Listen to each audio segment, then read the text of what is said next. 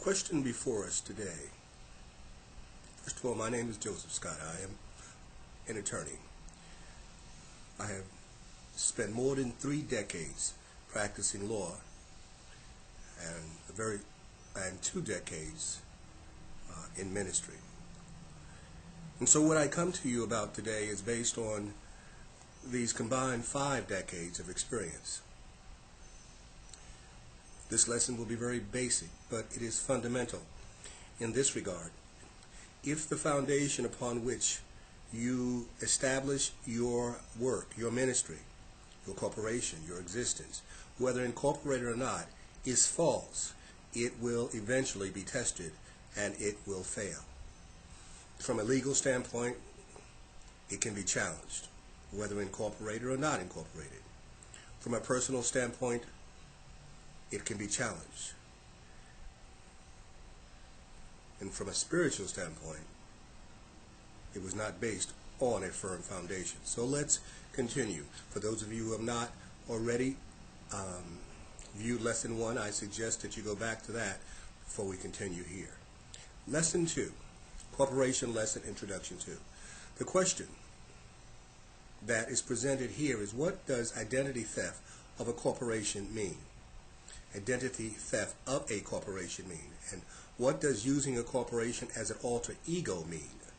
And what are the consequences? And then 3, if a ministry is a corporation officially or not, can there be identity theft and use as an alter ego? First, I'd like to remind you that a corporation is a person as far as the law in every country in the world is concerned. It is a person. There are certain limited issues there. For example, a corporation is not likely to be able to seek salvation. But in every other way, it can give birth, form other corporations, it can be married, mergers, it can get divorced, split of the corporation. It can own property.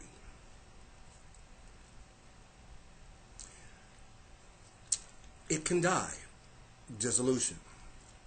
It can live forever, as long as you pay your annual fees. It has many members. The point is, a corporation is a person in every aspect as far as the law is concerned. It can sue. It can be sued. And if it's treated properly, it will be a person that stands on its own and lives or dies based on its existence. You then are protected in the event that the corporation does something improper. And if there is reward, the corporation is rewarded. The point is, it is a combination of the aspirations and efforts and commitments of more than one individual to a particular mission or call on their lives. I want to emphasize, what I'm about to tell you has very little to do with whether or not it's incorporated or not incorporated. It is the same principle in either case. If you're not incorporated, however, you might be deceived into thinking that you have more freedom than you actually do. And these principles that I'm about to place before you now are very important. If you start out with the idea that a corporation is a person, then we can understand better what is likely to be said and what you can do and what you cannot. Let's start out with some basic principles. What does identity theft mean? Now, I have identity theft of a corporation. Now, remember, a corporation is the person. Leon Martin of UNCCI wrote, as with any identity theft, it would have to be fraudulent in nature, not just a simple case of mistaken identity, but the purposeful misrepresentation of the identity. To use the reputation and good name of another for personal or corporate gain, up to and including worthiness, contract theft, etc. He further says, quite correctly, I think we see the use of corporations as alter egos all the time. Many will use the excuse that it is just a business to do things that they were hesitant to do personally, using boards as an excuse to accomplish something they don't want their name associated with for whatever reason. The consequences of this are eventually you become the corporation in the eyes of many.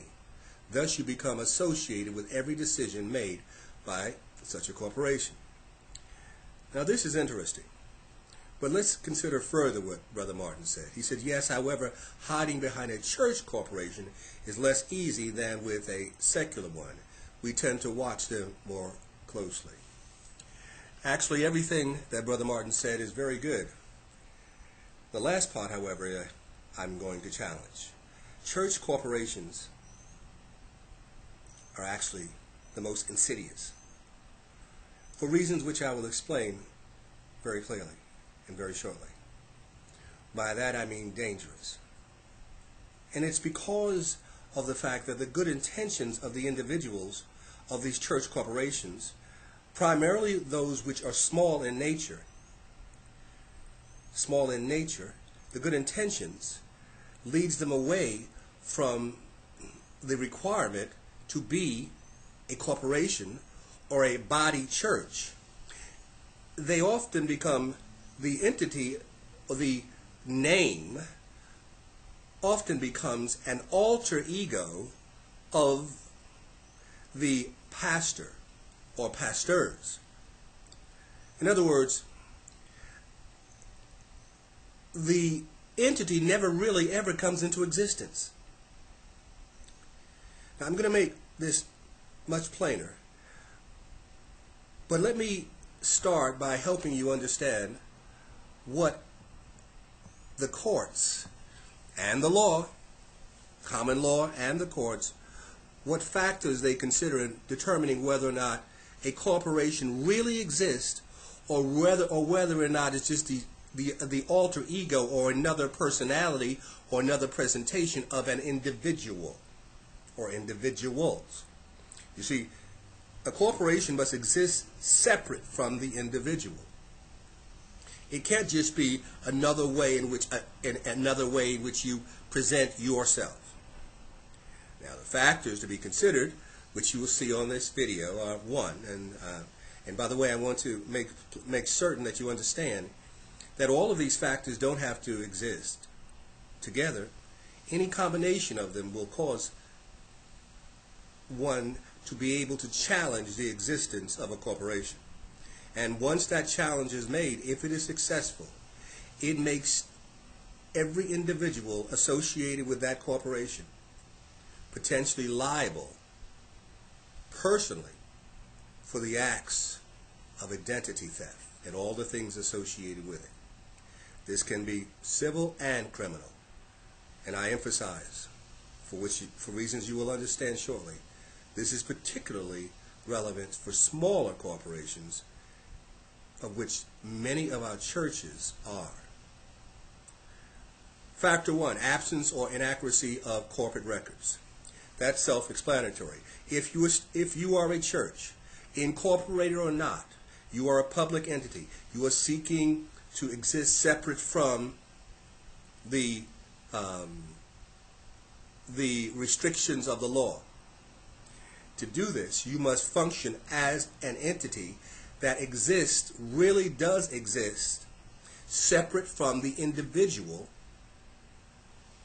who may have formed the church, the pastor who's pastoring the church.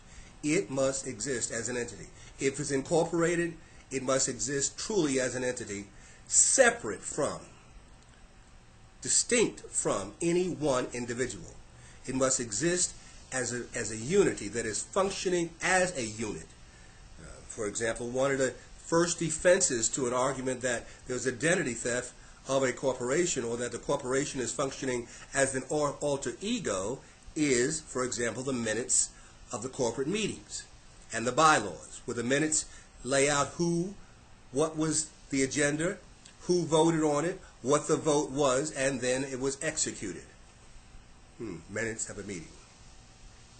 Now, 1, absence of or inaccuracy of corporate records. No corporate records, it's beginning to sound like not really a corporation. Failure to maintain arm's length relationships with related entities. The corporation, rather than dealing in a business way, for example, deals in a personal way with other entities that it should be dealing with in a business fashion. Failure to observe corporate formalities in terms of behavior and documentation. Existence of bylaws. The fact that for any major decisions, whatever the purchase of property, whatever it may be, the commitment of the corporations to any significant percentage of the income of that corporation to a particular event, this must be done in very formal terms. It must be done by the bylaws.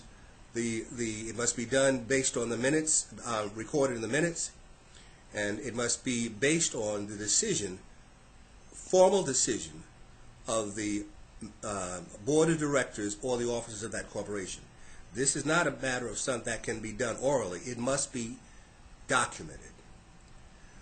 For example, non-functioning of corporate officers and or directors. This is particularly important for the smaller churches and entities. In a situation where you have 3 directors, for example, which is the minimum in most states, or even in a church where you have 3 members of the board of trustees, or you have a board of trustees. If what you have is one person or 2 people who are really controlling the corporation, this sets the corporation up for a charge of existing as an alter ego. The corporation must exist based on the operation of the mandate of its bylaws, of its board of directors, and must exist at a minimum with 3 directors, 3 trustees who are voting on making decisions on anything of any significance beyond the day-to-day pencils and pens decisions of the corporation. Significant undercapitalization of the business entity. This is particularly relevant for corporations that are starting out. In a corporation which starts out, it's not likely to have a lot of money in it for the small churches and so forth. But nevertheless, notwithstanding this, in order for it to function in a tax-exempt environment as a public entity and provide a shield to lawsuits, it must function as a corporation. The tendency is for the officers to commingle their funds with that of the corporation. This is improper, absolutely improper. If you as an individual want to make a contribution to the corporation and is tax exempt, then record it as a contribution to the corporation. To mingle your funds with that corporation sets you up with for the claim that this is merely an alter ego. Siphoning off funds by the directors, shareholders, or others, taking money that is not, even if it's a small amount, that has not been authorized by the corporation. Treating by an individual of the assets of the corporation as his or own. Putting, for example, a computer or a desk in a corporation entity, but treating it as if it's your own. It may be your own, but it needed to be addressed as being lent to the corporation, or being leased to the corporation, or given to the corporation. Now, this list, which appears before you, is not all inclusive. But the point of where I'm going here is that it is not that the corporation itself does something improper and therefore it functions illegally, but it's the fact that an individual who may have created the corporation, or maybe the pastors or shepherds of the corporation, may itself be treating it as if it is nothing more than an extension of themselves. You see, the call on the mission, and in spiritual terms, the call on a person's life is not equal to who the person is. Who you are is one thing. Whose you are is another thing. But the mission or the call on your life to do a certain thing, you may have established a corporate function because it was something that would exist for a period of time that others may participate in and get involved in, and you set the mission and the vision, but it needs to function as a separate entity from the individual, from any one individual. It needs to be alive.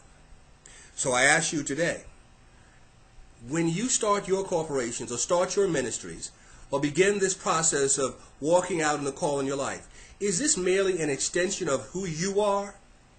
Or is there something that God has told you to do that you have quantified, that you have put in mission form, that you have a vision for, that you've written it down and made it plain so that others can follow with it, buy into it, and engage it? Or is this merely an alter ego to yourself? The concern that we have here is not what the corporations do to others. Yes, that is a problem. But the fact that we as individuals can be charged with identity theft of a corporation that we've created if we do not allow it to function as a live and functioning independent entity from us. We may lead it, we may direct it, we may set the mission for it, but somewhere along the line it needs to function as a corporation would function. We have to have its members agree, its members participate in all major decisions. Major decisions. The CEO, for example, of a corporation may set the mission, but ultimately he or she has others who will vote on it, will come together about it, and once that occurs, then the corporation speaks, and whether that thing stands or fails, it stands or fails based on the corporation speaking. Formality is important. Line on line and precept on precept is important. So let's go back to the original question in this instance. The original question was, what does identity theft of a corporation mean? And, well, identity theft of a corporation means, in this paradigm, it exists when we, an individual or a group of individuals, create a corporation, or there is a corporation that exists, and ultimately we take control of it, and it becomes nothing more than an alter ego of our ideas, our ways, and our processes. It never gets a chance to become a community-driven activity. It never gets a chance to be more than one or two. It is critical in terms of the law and in terms of ministry that if you form a church, if you have a calling, then its members, your board of trustees, your vice president, president, or whatever, whoever you have said are parts of your corporation, that they have an active participation in the decisions that will further the life of that corporation. No matter how expedient it may be to do it on your own, it is critical that it is done in a fashion which will satisfy Caesar and ultimately satisfy God. Take a look at the next question. What does using a corporation as an alter ego mean? I think I've explained that. It means taking an existing corporation or one that we create and barely using it as an avatar for an individual. It really never comes to existence as its own individual. It's merely a costume. We call it the corporation of the XYZ Corporation. But if you look behind the veil, XYZ Corporation is merely an avatar, merely an image What really exists is an individual who's pulling the strings and using that corporation as a shield to them. It won't work. Question 3. If a ministry is a corporation officially or not, can there be identity theft and use as an alter ego? Yes. Whether you're incorporated or not, there are laws which require that you function in a certain way in order to be free of challenge. If you're not incorporated, then you more than likely do not have a set of bylaws. And if you do have a set of bylaws, the question is, are they sufficient? And are you following the rules of these bylaws? You see, we can think about the courts, but let's also think about God. God has a set of laws which he applies to how he deals with us. These are our bylaws. They're in the Old Testament and in the New Testament. We're not going to go down the list, but he has a set of bylaws. For example, here's one. You shall reap what you sow. There's a law. And that's a bylaw. And God requires, and God does not change his laws. Once they're set, they're set. Sin requires a death. There was a death. All of mankind died, and Christ paid the price. There it is. Galatians chapter 6. You see, the point is, whatever you do, you're going to have consequences. There's laws. There's laws. Here's a law. He shall be forgiven as you forgive. There's a law, a bylaw. In corporations, there are also laws. And by the way, in corporations, there are also laws. There are bylaws. And these bylaws say how we will function in a certain way under certain circumstances. Once these bylaws are in place, they must be adhered to.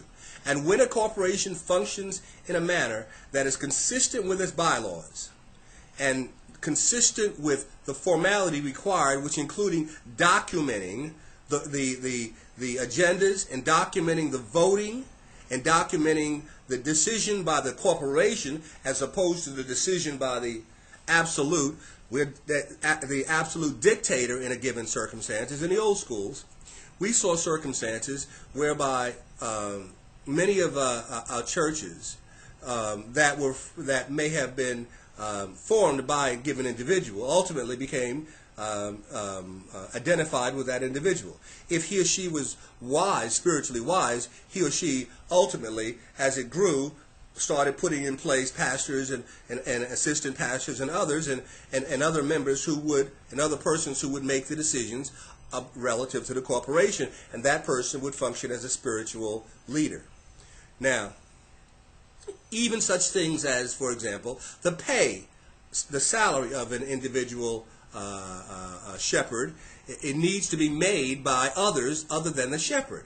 Otherwise, it becomes self-dealing. Self-dealing is on the way to functioning as an alter ego. Here we go again, you see?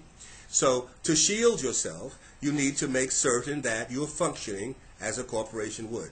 Now, you may ask me, how does a corporation function? Well, that's part of the courses to come, assuming that I have the strength and continued strength to do this, which, quite frankly, is an issue at some point.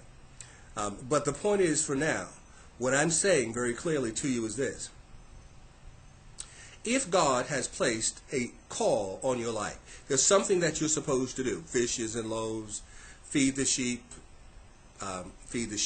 not literally, but feed the sheep, meaning a food ministry.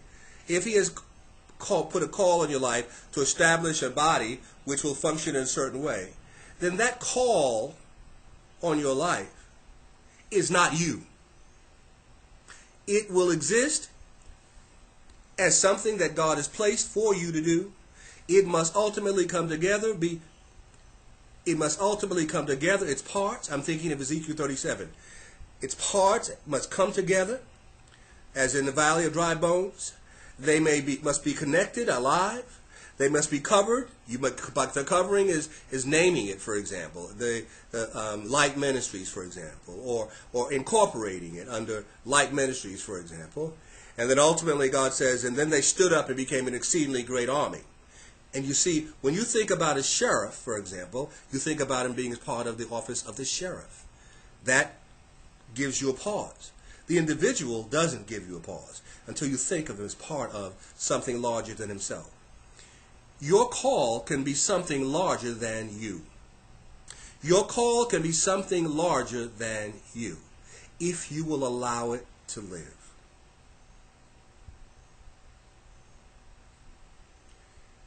One plus one is not two in the kingdom or in corporations. It's much more than that, if you will allow it to live. So today, simple message, simple point. A corporation, an individual can steal the identity of a corporation. Yes. It's called identity theft. It's done by treating that corporation as an alter ego of yourself. Think that out for a moment. It's important. Large corporations such as Ford and Exxon, they won't have this issue because they're too large for any one individual to control all of it. But as you grow from a seed into a forest, into a mighty army, you must remember that now's the time to be very careful. Treat these times as one where you're going to have line on line and precept on precept. You're going to have your minutes of your meetings. You're going to have really functioning members of your board of directors, functioning members of your officers, who are engaged in making decisions, engaged in discussing and wrestling with decisions, so that if they were asked what their opinion was about a decision, when they voted on it, and then whether the bylaws are in line with that decision, all the answers need to be yes, yay, yay, yay. Today I know it's hard, but in order to allow the baby to live, the ministry that you're starting out, the corporation to exist, really exist, you're going to have to release it a bit and allow it to grow. This is Attorney Scott. Have a good day. Bye-bye. If you have any questions, do not post them if they're legal on eBay. Email me directly. Thank you. But if there's a question that you feel is relevant to the whole body, feel free to post it. Thank you. Bye-bye.